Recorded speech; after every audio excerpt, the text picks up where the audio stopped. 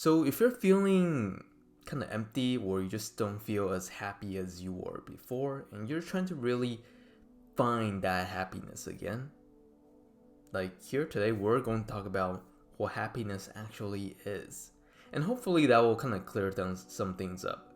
But I'm also going to kind of like preface this a little bit. You will see later on why I personally think that it's kind of impossible to constantly be happy or constantly pursue happiness. It's a little odd. So you'll see later on. But of course, I can't exactly find someone that's actually happy to be in the current climate right now because you can't really do much. And politics wise, life wise, education wise, nothing is really happy worthy. And probably the only thing fun is maybe games or something, I don't know. But yeah, if you haven't subscribed yet, don't forget to hit that subscribe button and of course the bell. So the three different sectors that we are going to go over today is first, what exactly is happiness? Because in order to understand anything, we have to first actually understand what it is. The second aspect is, should you actually be happy all the time? Yeah, a little controversial, but you'll see. And the third part is, should you actually just do what makes you happy? Because, I mean, that's tend to be, I guess, the phrase on that people are saying all the time. Just do what makes you happy. Like, is that right or wrong? We'll look into that too.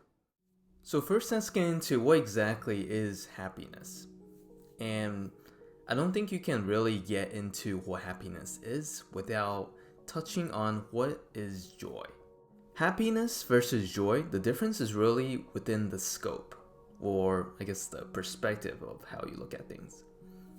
Happiness is more of a immediate emotion. It's like, oh shoot, I'm really happy because let's say I passed an exam, or I got a new phone, or someone liked my post that I put on social media, and it feels really good because someone commented and it was very supportive. Like these things are the things that gives us happiness. It makes us immediately puts a smile on our face. So joy, on the other hand, is more of a long-term thing. It's almost like a satisfaction that you have in your heart because you did the right things. So this can be kind of like, let's say you really stopped yourself from eating out, drinking soda, and doing a healthier diet for your body. In the short term, not eating burgers or like fries, it doesn't really feel good. It doesn't make you happy because I guess it doesn't taste as good. But in the long term, you feel better about yourself as a person. You feel a little more happy because you have done the right things for your body. And the same things with like finances. So in the short term, let's say, oh, you could have gotten a new gadget here and there, or you could have gotten maybe a new game, but you chose not to. And because of that, you're responsible with your finance. And because you're responsible, you feel good about yourself as a person, that you did the right actions and the right principles that you stay true to. And that gives you a sense of joy. So you can kind of see the difference between the two, because one is more like immediate. The other one has more of a longer duration in terms of who you are as a person and closer to your identity or values. So this brings me to my point. If you're constantly trying to feel the emotion of happiness, it's like, is that healthy?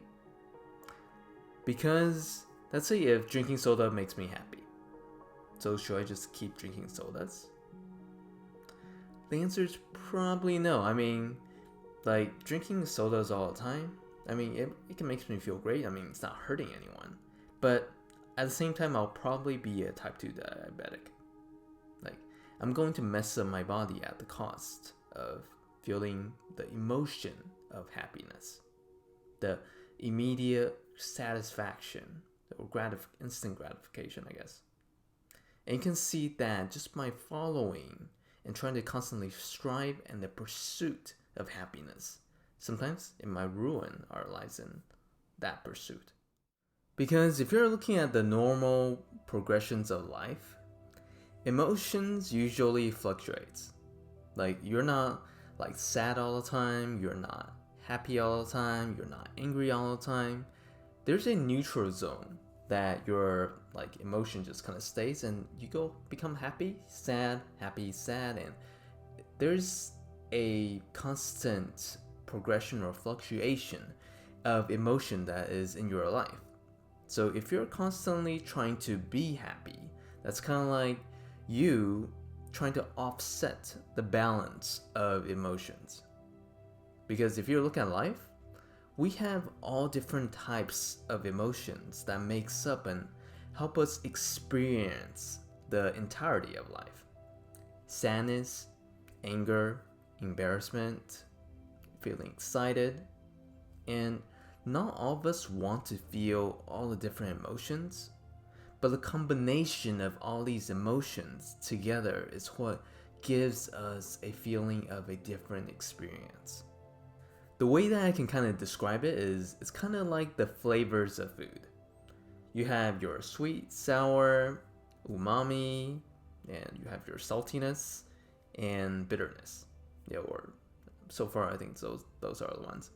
But if you're trying to just eat sweet things all the time, it's like you're literally just like scooping a tablespoon of like sugar into your mouth. Like that tastes kind of disgusting because it doesn't taste good. It's purely just sweet. When we're trying to eat something that's really tasty, really good, the little sweetness might be combined with a little bit of bitterness, a little bit of tartness, a little sourness that kind of gives it a different kind of combination. And at the same time, the texture of the food, like maybe it's a little chewy, maybe it's really soft, very moist, and that gives a different dimension to how you're eating the food. But if something is purely sweet all the time, kind of like you're just trying to be happy all the time, it tastes kind of bad because it doesn't actually have the balance of everything else that's required to make something that's actually good. Yeah, so that's, I guess, the kind of analogy that you can kind of see that we require other elements in order to make the experience more engaging in our life. So you can see that I don't feel like happiness should be the end goal. Like, our destination should not be an emotion of itself.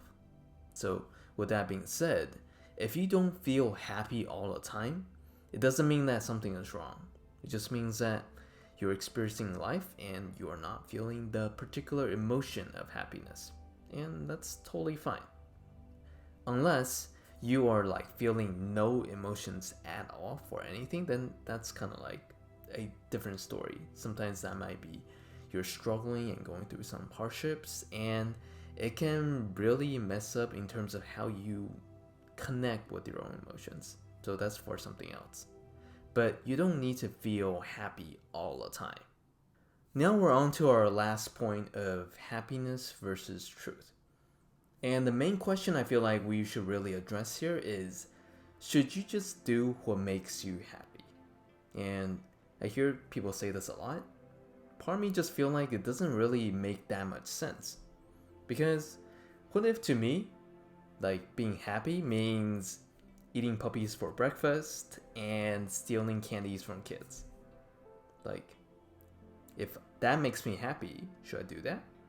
Like, technically, like it's not wrong in some countries to do that, which is like, oh my goodness, like, is that really true? But like, eating puppies for breakfast, it's just not right. Like, both of the actions I just mentioned are both just wrong.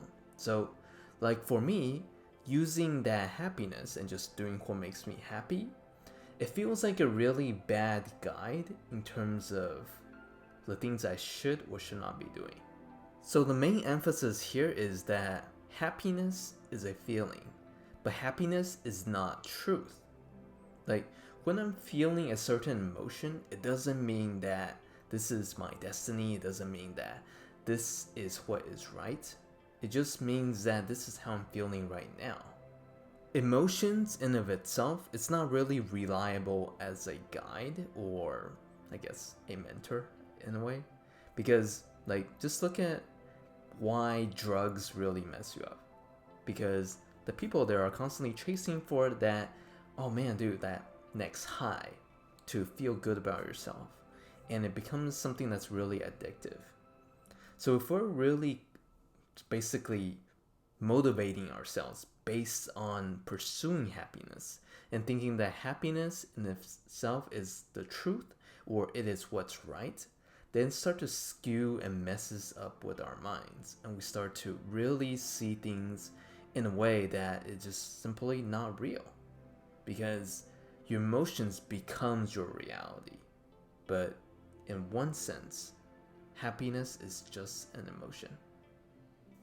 With all this being said, like, I'm not trying to sound like I hate emotions. No, emotions are great. But rely on logic for truth, for where you are to really stand in your life.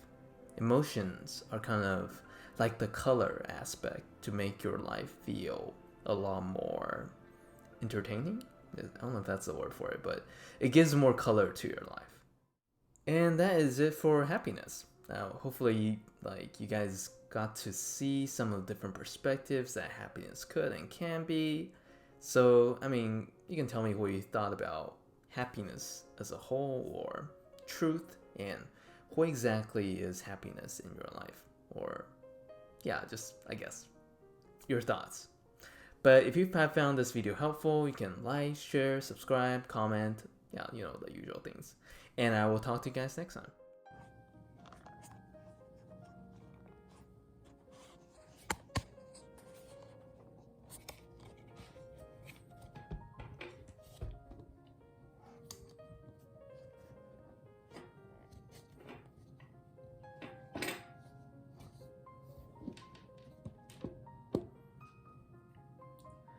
Now we're on to our last point